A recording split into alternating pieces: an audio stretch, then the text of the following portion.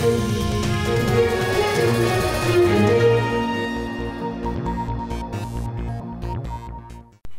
good evening. Welcome to News Tonight on Rajya Sabha Television this Saturday evening. I'm Aishwarya Kapoor with you, and in the next 30 minutes I'll be getting you all the news and updates from India and across the world, including all the updates on the global coronavirus pandemic. So let us start with News Tonight. Vande Bharat Mission. The biggest evacuation exercise since the first Gulf War is bringing Indians back home from the US, the UK, besides Southeast Asia and the Gulf on passenger jets and naval ships. So far, the Indian government has managed to bring back over 700 stranded Indians, giving hope to many in the waiting. Here is a detailed report. On day 3 of the Vande Bharat mission, more than 2,000 stranded Indians are scheduled to return home. A total of 8 special aircraft will bring them back from 7 countries. 2 of these flights will come in from Kuwait. Around 850 passengers will fly in from Gulf countries alone. Flights that are scheduled to reach on Saturday include the day's first flight that landed from Dhaka in Bangladesh in Delhi at 3 p.m. The second flight brought stranded Indians from Kuwait to Hyderabad at 6 p.m. 2 flights touched down around 9 p.m. from Muscat and Sharjah, while 2 others will land in Kochi and Trichy at about 10 p.m. from Kuwait and Kuala Lumpur, respectively. During the wee hours, 1 flight from London will arrive at Mumbai, while the other one will come in from Doha and land at Cochin. These flights are bringing home at least 250 Indians. The Vande Bharat mission, I could secure a flight through the Indian ICOM over here at Kuala Lumpur, and they helped a lot of people, the stranded people over here, and we could safely make our journey tonight. So I wish to thank the Government of India and the Indian High Commission at Kuala Lumpur for doing an excellent job on this activity. On the second day of the Vande Bharat mission on Friday, Indians from Dubai were brought back on a special flight to Chennai. Priority was given to workers in distress, elderly people, urgent medical cases, pregnant women and others stranded in difficult situations. Strict health protocols were followed by the Indian missions in Dubai, Saudi Arabia and Bahrain before the shortlisted passengers were allowed to board the flight for India. Vande Bharat mission is a mega mission which is possible, which has become possible because various ministries of Government of India, Home Ministry, Civil Aviation Ministry, Health Ministry, External Affairs Ministry, as well as Air India and state governments are all working very closely together. I would also like to thank the Government of Oman, specifically Ministry of Foreign Affairs, Ministry of Health, Civil Aviation Authority and Royal Oman Police, Air India office in Muscat. They have been working very hard, and because of that it has been possible for us to organize this flight. We are happy that in this particular flight we have been able to bring back some Omani nationals from India who wanted to travel. In the coming days we will be organizing more flights. A total of 698 Indian nationals stranded in the Maldives due to the COVID-19 linked international travel restrictions were evacuated on Friday from the island nation on an Indian naval warship INS Jalaswa. The first naval ship from Malé is expected to arrive at the Kochi port on May 10th. As a part of Operation Vande Bharat, the evacuation exercise from Maldives has just begun. You see in the background INS Joshua, which is all set to sail with 698 Indians from Malé, provide us all kinds of facilities to make this massive exercise possible and this massive exercise successful in such difficult and trying times when Malé itself is under lockdown. I am very sure that this exercise will be successful and set an example for such exercises for the future. In phase 1 of the Vande Bharat mission, 64 flights will bring back nearly 15,000 people from 12 countries to 14 airports across India between May 7th and May 15th. All the embassies and the consulates are working overtime with the help of the Indian community to shortlist passengers for these special flights. The Vande Bharat mission has come as a ray of hope for Indians stranded abroad. Akhilesh Suman's report for Rajya Sabha TV. Let us get all the updates on India's biggest repatriation program. Our colleague Akhilesh Suman is tracking the Indian government's Vande Bharat mission very closely. He's joining us live from the national capital now. A very good evening, Akhilesh. Akhilesh, we understand that the Indian government has managed to bring back home more than 700 stranded citizens. But we understand that there are more people, more citizens who wish to come back home. So tell us about the number of these Indians who wish to come back home and which all states do they want to go. What more can you tell us about the mission? Yes, you are right, Swarya. It's very natural, and it's very natural because you know that there are a large number of Indian people who are living abroad. According to a rough estimate, there are 1.4 crore Indians who are there. But as far as the people who want to come back to India, according to yesterday's estimate, I have got 67,833 people who had applied till yesterday, and they are still applying. Among them, 34% are students, 15,815 are workers, 9,250 are on short-term visa, 5,531 are those people who had gone for some medical treatment and they are stranded, 4,147 are tourists who are stranded, 3,041 are either pregnant women or elderly people. 1,112 people are those whose family have some casualty here in India or they have some family emergency. And states, I can tell you, these are from Kerala, Tamil Nadu, Maharashtra, UP, Rajasthan, Telangana, Karnataka, Andhra, Gujarat and Delhi. And these are spreading. So I think evacuation process has to increase beyond 13. And according to our sources, it is going to start again on 15 May and it will continue for quite some time, Sorry. And now let's take a look at the latest COVID-19 numbers in India. The total number of coronavirus cases in India rose to 59,662 on Saturday, with 39,834 active cases. A total of 17,846 patients have been cured, while 1,981 people have died due to the virus. India reported 3,320 new patients in the last 24 hours and 95 deaths in the same period. The country's fatality rate continues to be around 3.3%, but the recovery rate has climbed to 29.9%. The doubling rate has gone up to about 11 days. Health Minister Dr. Harshvardhan has expressed confidence that India does not anticipate worst case scenario seen in many developed countries due to the coronavirus pandemic. He, however, added that the country is prepared for the worst. According to the Health Ministry data, 0.38% of the patients were on ventilators, 1.88% required oxygen support, and 2.21% were on ICU beds.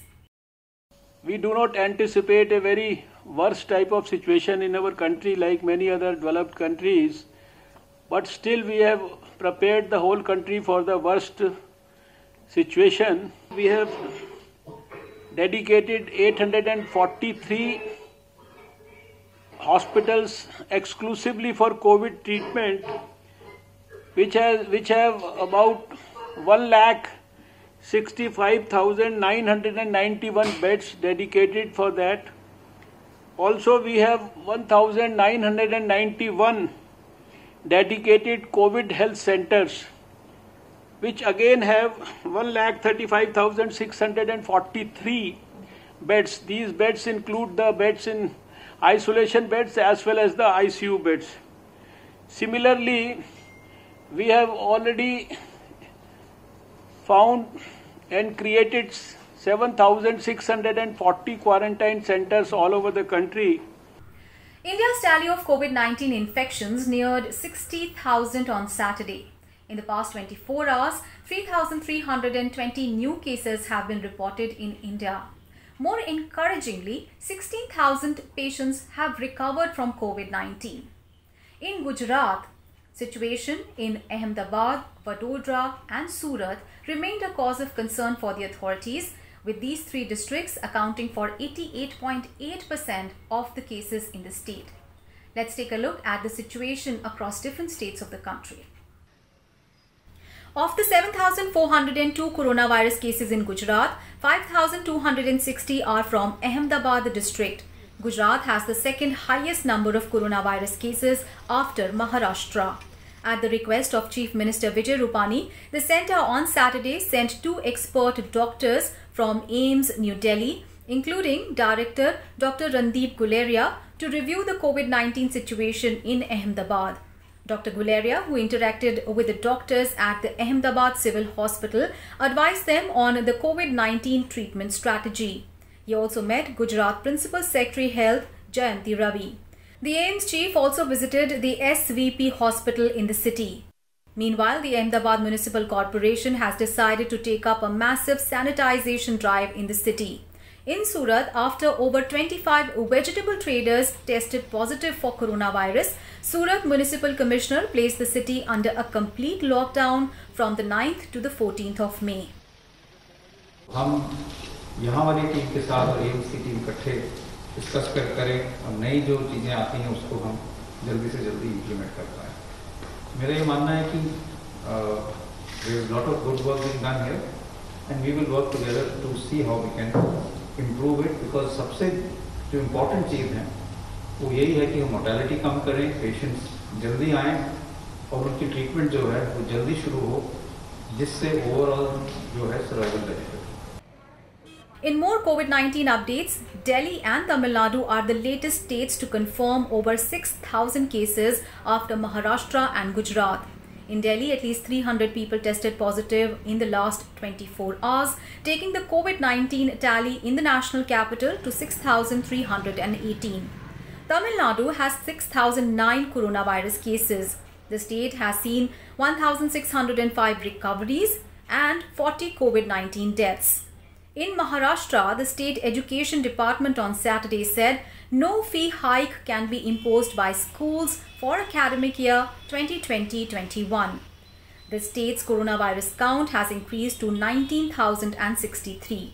Meanwhile, Karnataka has allowed restaurants, pubs and bars to sell liquor at retail prices only in takeaway from 17th of May. Arunachal Pradesh government has made COVID-19 test mandatory for anyone who enters the state. The state currently has no active cases. The Jammu and Kashmir administration has passed an order stating that all educational and training institutions in the Union Territory will be closed till 31st of May. Total number of cases in the Union Territory stands at 823. And Health Minister Dr. Harshvardhan reviewed the COVID-19 situation with the health ministers and senior officers of the northeastern states on Saturday. He called it a huge relief to see green zones in most northeastern states, while underscoring the need for converting orange zones into green zones and maintaining the protective status along the states. For states with international borders, Dr. Harshvardhan said that adequate measures are required at border areas by conducting screening of all individuals who enter and following quarantine protocol. As of date, only Assam and Tripura have active COVID-19 cases. The other states are all in green zones.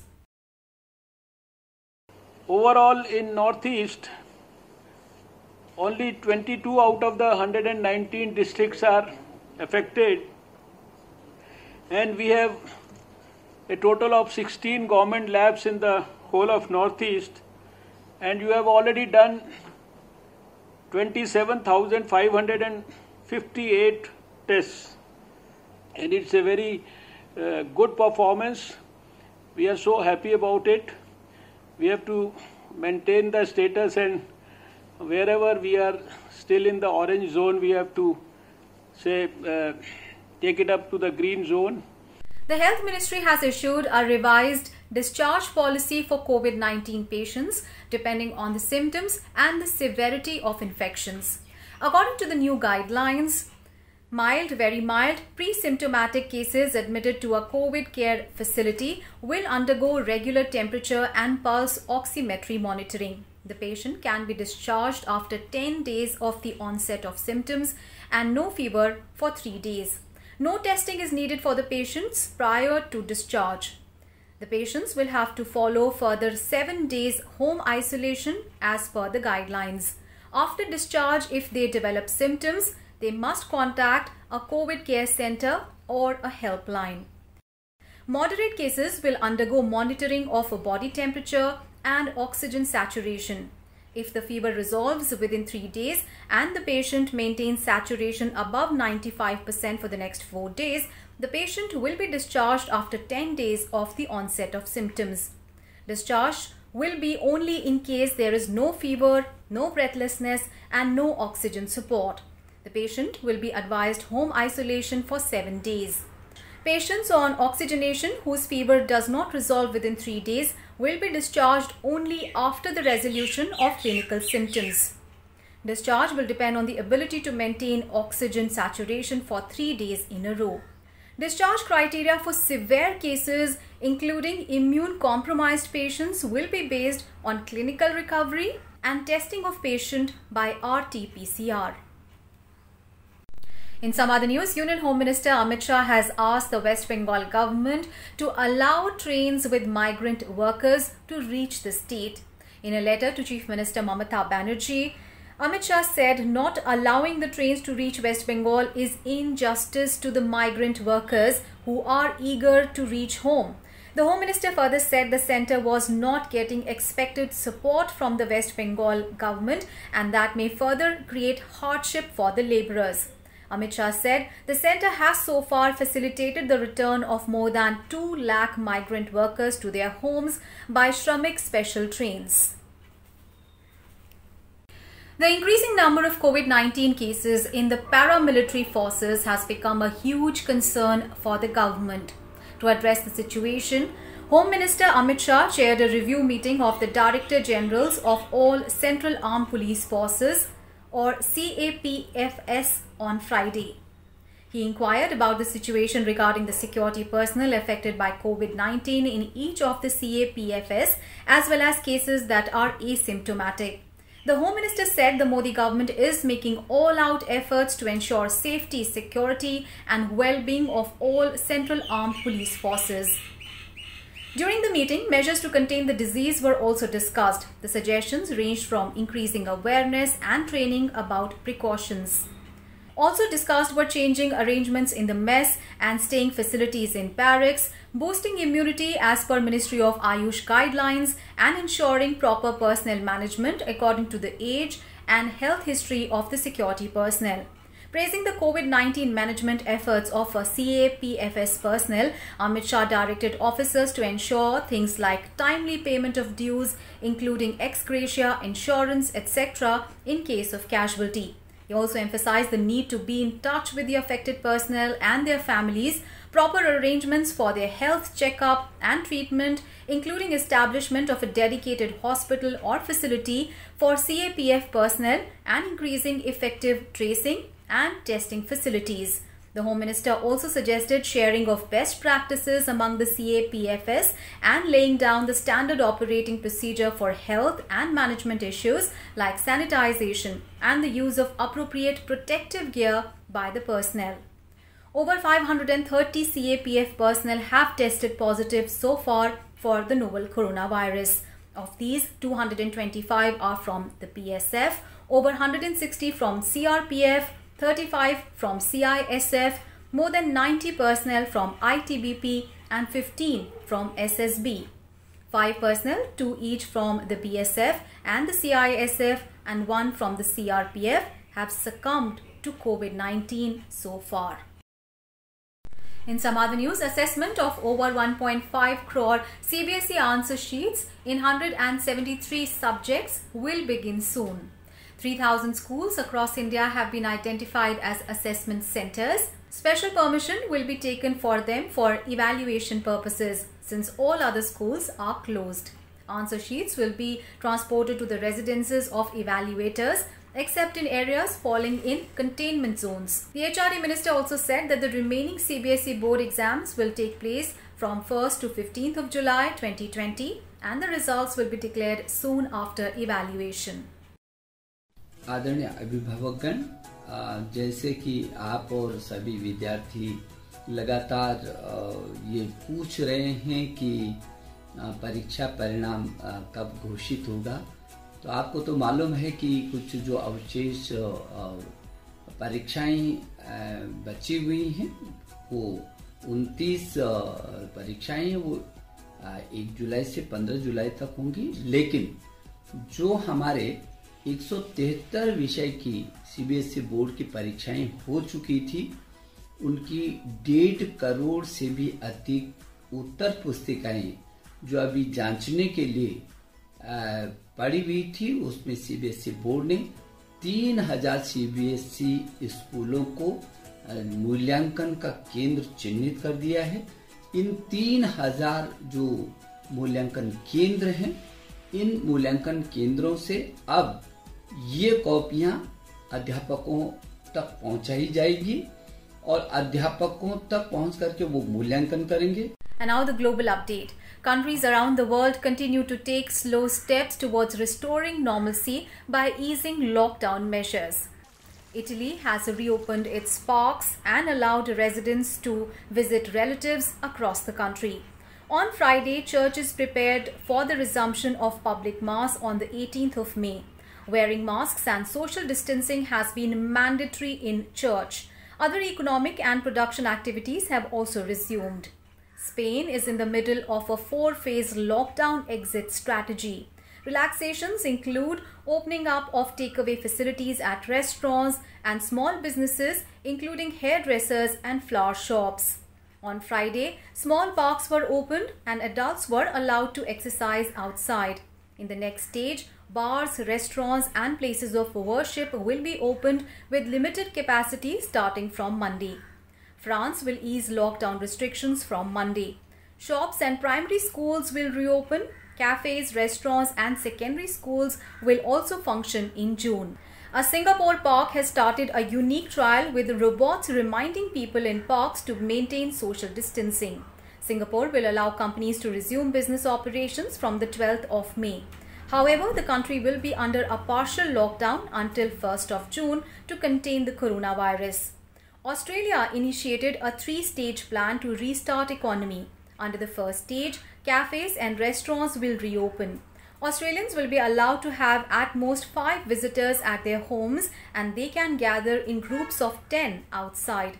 The United States, Switzerland, Mexico and Germany are among other countries reopening their economies. Globally, COVID-19 deaths have now crossed 276,000, while over 4 million cases have been reported from 180 countries across the world. The US tops the list with the highest number of COVID-19 deaths at 78,616 and over 1.3 million cases. Death tolls crossed 30,000 in Italy and Britain, while in France and Spain, over 26,000 fatalities have been reported. The COVID-19 pandemic has plunged the European Union into its deepest ever economic recession. According to a forecast by the European Commission, while inflation will slow down, public debt and budget deficits will balloon. To address it, the Eurozone governments have approved a rescue plan to help the nations that are worst affected by the pandemic. Here are the details. Eurozone governments on Friday gave their final approval to the first part of a €540 billion rescue plan for states that are hit hard by the coronavirus pandemic. Finance ministers of the 19-nation region signed off on cheap long-term credit lines that the European Stability Mechanism, the bloc's rescue fund, will provide to countries that need cash to cover extraordinary health costs. Our agreement on the 3 safety nets for workers, for businesses and for sovereigns. Leaders have endorsed our plan and set a target date of 1st of June to make them operational. We are getting there in time. The exceptional nature of the crisis, we have agreed on favorable and adequate financial terms. But it remains unclear if Italy will use the money given its high debt serving costs and the severity of the coronavirus outbreak there. Within Italy, fear of austerity measures being imposed looms large. Besides, countries still need to finalize the other two legs of the rescue package worth 300 billion euros that combine a temporary employment support scheme and a guarantee fund that will provide liquidity to companies. Another thing that needs to be settled is setting up a recovery fund that could be worth 1 trillion euros and provide grants and loans to help states revive their economies. Either we are able to have a strong common response and we began, but we are not yet there, or the entire project is at stake. The European Stability Mechanism will offer credit lines worth 2% of the requesting country's gross domestic product and up to 240 billion euros for the region. Pending procedural approvals, the loans will be available in coming weeks till the end of 2022. Bureau Report, Rajya Sabha TV.